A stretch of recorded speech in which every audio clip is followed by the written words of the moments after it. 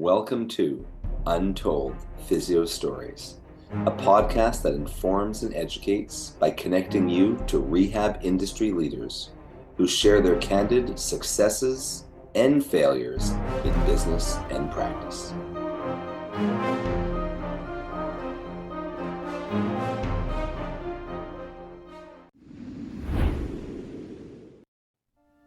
This episode of Untold Physio Stories is sponsored by Edge Mobility System.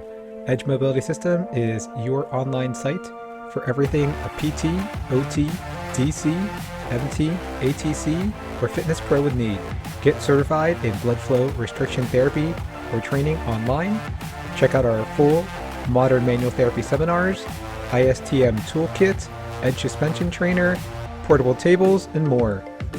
Untold Physio Stories listeners can save 10% by going to edgemobsys.com. That's EDGEMOB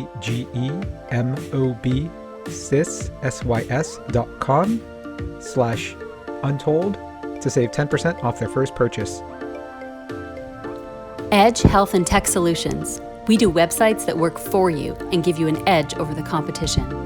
Did you know that you have less than 10 seconds to capture someone's interest in your website before they click away? How about the fact that most people are accessing your website from their phone? Save thousands and get a fully mobile, appealing, and SEO-optimized website linked to your social media, email list, and Google My Business. All for one low price and no monthly fees. Why not keep doing what you do best in your business and allow us to handle the tech side? Let's get started. Find us at edgehealthandtech.com. Welcome back to Untold Physio Stories. I'm one of your hosts, Dr. E, and my co-host, Dr. Andrew Rothschild, is back. So today we have part one of we don't know how many episodes of an interesting case that Andrew has been teasing every time I speak with him for over a month. So what do you have for us today, Andrew? Well, let me start off by saying that, SI joint pain, SI joint dysfunction is one of those sort of hot button topics in physical therapy. And there's those therapists that are like, everything is SI joint. And then there's therapists on the opposite end of the spectrum, probably where I probably sit, where very little is SI joint. And there's probably, I know the research is about 13% of cases, low back pain is SI joint related. But in the sort of the absence of a major trauma or postpartum, those kinds of things, I tend to really not consider SI joint. And maybe I'm sure I've missed a few cases over my career. And we know what the research says about it in terms of evaluating for it, that the motion and palpation tests are pretty much garbage. The best things are the pain provocation test. There's been a couple different studies, and especially if you do sort of a lumbar repetitive movement screen, that certainly improves the diagnostic utility of those tests. So this patient I have currently is a woman in her late 20s. She is a manager at a restaurant, like a restaurant manager. She has a young child, I think about 2 years old. So the mechanism of injury was she slipped and fell down the stairs, landing sort of on her rear end, more on that left side. And she initially presented, she could barely put weight. She was like a week or two out from the initial injury. She could barely put weight on her left leg, and she came in without any assisted device, no cane, no walker, nothing like that. She was just dragging her leg. She had shooting pain kind of all the way down the leg, down to the ankle, sort of in a L5S1 distribution. Really could not do a good assessment because she was still just in a significant amount of pain. So really getting a lot of false positive information from her from any type of movement test. She really could not tolerate sitting. She had to sit way over on her right side. She couldn't even sit on her left side. She couldn't obviously stand without, she couldn't put any weight on her left side. She had trouble, she couldn't lie on her back. It was too painful. So really she had so much trouble maneuvering around. So we really wasn't able to do a whole lot for the first couple of, really only lying on her right side was really the only position she could tolerate. So I kind of did a neuro screen in that position. I tried to do just a standard, just spine movement assessment to see what she could even tolerate, and pretty much, everything was painful. But she certainly had some loss of strength, in sort of with eversion of the foot, dorsiflexion of the foot. She had sort of increased sensitivity with light touch and with pinprick in that sort of L5 distribution. She wasn't having back pain though. It was really, centered around sort of her buttock, hip, SI type area. And I didn't even consider, to be honest, I didn't really even consider SI joint at that time. Kind of made sense where she hit and where she kind of landed, sort of that it wasn't right, it wasn't on the sacrum, but it was kind of in between area between the hip and the sacrum. And maybe she, from blunt force trauma, inflammation, soft tissue irritation could have affected maybe some, where the nerve roots are kind of crossing in that area. Did it affect a nerve root initially? And she was under the care of a primary care doctor, and then also she's seen an orthopedist, and the orthopedist she saw was a spine doctor. And the big thing I was concerned about partly was, is there some sort of stress fracture in the pelvis, especially because she couldn't tolerate weight bearing or sitting even after the first couple of weeks. The first thing we started with, the only thing that she could really do, because I basically did the equivalent of like a slump test in side lying, and that really lit everything up. So really what we started with was, and she couldn't tolerate touch. I mean, touching her anywhere back, posterior hip, thigh, completely allodynia. So really just almost like a sideline sciatic nerve gliding type thing was really the only thing we could do. And she was able to do it, and that actually would help settle things down a little bit. She could do that at home. But that was kind of what I did the first day, and really all she could really tolerate. Tried to get her, maybe see if she could do quadruped, stuff. Really couldn't even put weight through her femur, even on that side, on the left side. So that's kind of what we did. And then it was a lot of talking and a lot of, reassurance and education and these kinds of things, and try to figure out, obviously, because she works as a restaurant manager, she's on her feet all day. First thing, suggested, how to use a cane around the clinic, which she was really grateful for. It really seemed to help. She could tolerate loading and walking a whole lot better with using a cane. So she ended up getting a cane. Fast forward a couple of weeks, we're still kind of doing, really still can't tolerate, sitting is a little bit getting better. Standing's a little getting better, but she really still can't tolerate a lot of stuff. Finally got her into prone, and she could tolerate prone. Prone seemed to be well tolerated. And so I almost had to do like, not really a press up, but more of a prop, where she can kind of prop up. And that seemed to also give her a little bit of back pain, but was calming down her, radicular type symptoms. She started to get a little bit stronger. Dorsiflexion started to get a little bit stronger. Eversion started to get a little bit stronger. The sensitivity started to calm down. And then even a few more weeks, the pain started getting a lot more localized into more just in the hip and less in sort of the buttock, SI area, less out of the leg. So things took a weird turn when she saw like I said, she saw the spine orthopedist, which I really wasn't thrilled about, because I really didn't think it was a spine issue. And then in terms of just from a bias standpoint, she ended up getting an injection. I thought it was a spine injection, but she told me just later I was mistaken. It was a SI injection. But she got an injection. A day or two later, she ended up having loss of bowel and bladder. And she went to the ER with loss of bowel and bladder, and she started vomiting blood. During this time, she was also taking excessive ibuprofen and Tylenol, and I had pleaded with her to stop taking so much because she was taking way too much. That was the only thing that was giving her any kind of relief. She ended up having 2 gastric ulcers and was going into liver failure. And so she was in the hospital for a number of days. And then the day she was going to be, I was texting with her while she was in the hospital. They really never came up with I guess that she mentioned, a reason for the loss of bowel and bladder. I mean, you and I can probably guess what it might have been. There were injection in the wrong place, leaked somewhere, somehow got something within the nerve roots, caught a quina type situation, and whatever might have happened.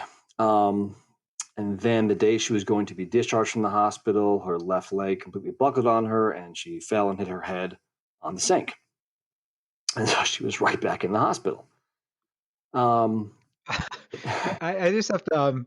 I know we've been talking about this case for a while, but all the complications from the injection, Yeah. was that recent, or was this like, oh, this is ongoing, this is ongoing, this is ongoing? Because I remember, I don't know, I wasn't expecting it to go here at all. Yeah. No, I mean this happened. So it was several weeks ago when this happened. So I'd seen her for about 3 or 4 weeks. Then she got the injection, and then she ended up in the hospital. And so that was just at that. Her bowel bladder function is fine now. It was just lost. At that, it was just lost for several days in the hospital, and then it kind of returned. And then, so then she was back in the hospital after hitting her head. That cleared up. She had to be. Then she ended up getting colitis, like ulcerative colitis, as a result, because she got put on a blood thinner. And then obviously the complications with her gastric ulcers and all this stuff. And then she had a blood clot, and that's why she got put on the blood thinners. And she had colitis. So she'd been in the hospital 3 times over the course of like 3 weeks, essentially like 3 different hospitals as well.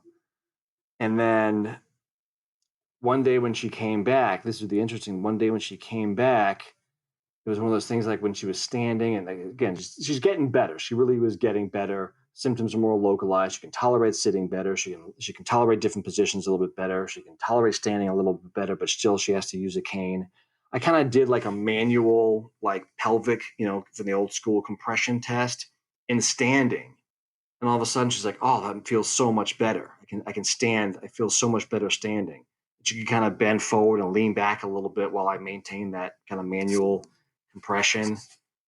I was like, man, maybe this, I totally missed something as maybe being an SI issue. And so I found like, I didn't have an SI belt, but I found like just a old school, lumbar compression belt, and just wrapped it around her pelvis. And she was like, oh my God, it was like instant relief. And she kind of like burst into tears and was able to tolerate that standing and so much better. And so she ended up getting an SI belt, and that's been doing a whole lot better. And that's kind of where we're at right now. I mean, and so my thing is like, I'd not considered SI joint as being part of the issue, even though the mechanism of injury certainly makes sense, the location of symptoms, but it was so in the beginning because there was just so much going on. It was so sensitive. She couldn't tolerate, and it couldn't do a lot of testing because it really couldn't tolerate, and she couldn't get into certain positions. And it was so many, everything was painful at the time. And she had initially severe sort of radicular type symptoms, which did resolve. Didn't even get to that evaluative stage of being able to test certain things.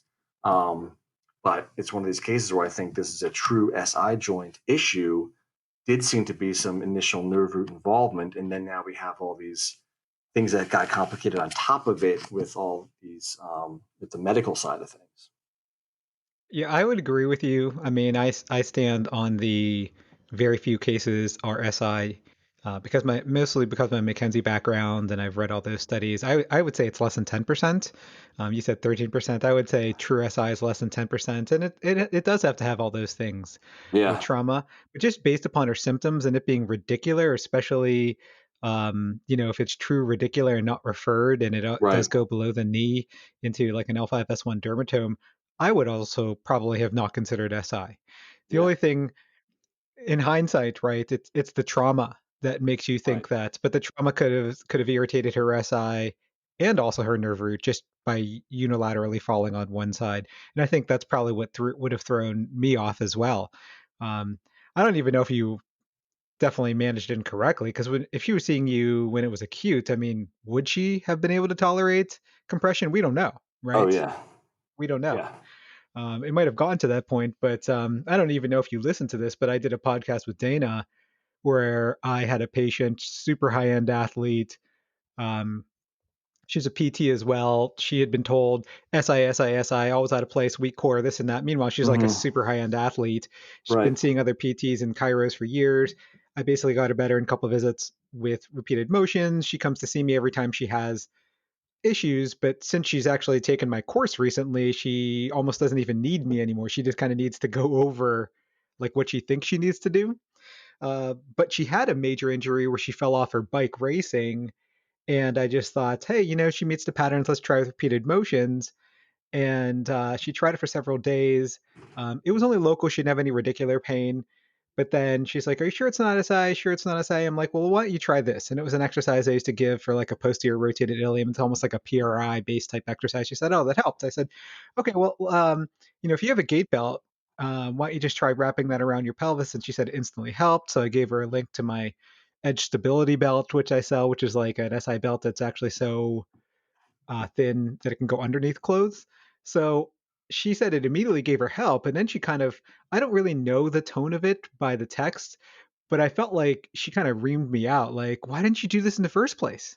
And it was my same bias, not only did she always respond to repeated motions, but every other time she wasn't SI, but I kind of missed the huge trauma to one leg falling off a bike, Right.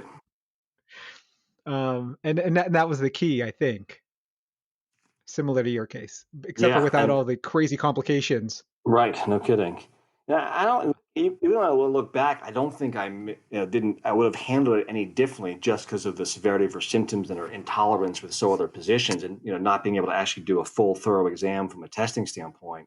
But Oh yeah, just the fact that I didn't consider SI for several weeks makes just sort of just, it was a reminder, like, hey, just because I don't think I see this a lot. And I agree with you in terms of the prevalence. I just know what the research had said, about 13 to 15%, but I do agree that it's probably a lot less than that. And just sort of my bias sort of against it, that, once in a while, these things will come up, and it's good to keep those things in the back of our minds, just so we don't, that we don't miss something. And for that patient, that really, they can benefit from those things. But yeah, this is definitely a unique case. And I, as a preview for part 2, I had tweeted a thread about the next part yesterday or the day before, about one of our treatment sessions and sleep. all right. Well, we'll see how that goes, and we'll catch up in maybe like a week or two, and when you have more info. Sounds good. All right, thanks, Andrew. Absolutely. Thank you. And remember to check out Andrew's Modern Patient Education Seminar. It's 50% off on Edge Mobility System, or you can go to theeclecticapproach.com and check out all of our online seminars, which are 50% off during the pandemic. Have a great day. You too. Well, you can find me, Dr. E, at Modern Rehab Mastery. That's our new online mentoring program. It includes modern manual therapy, modern patient education, and modern strength training. It's 3 months with 3 mentors, so 1 month with each mentor, 4 weeks, tons of modules, lots of CEUs, learn at your own pace for a month, then move on. So go beyond the seminar. You also get chat room with your mentees and mentors, and live Q&As every week. Check out all my products, Edge Mobility System.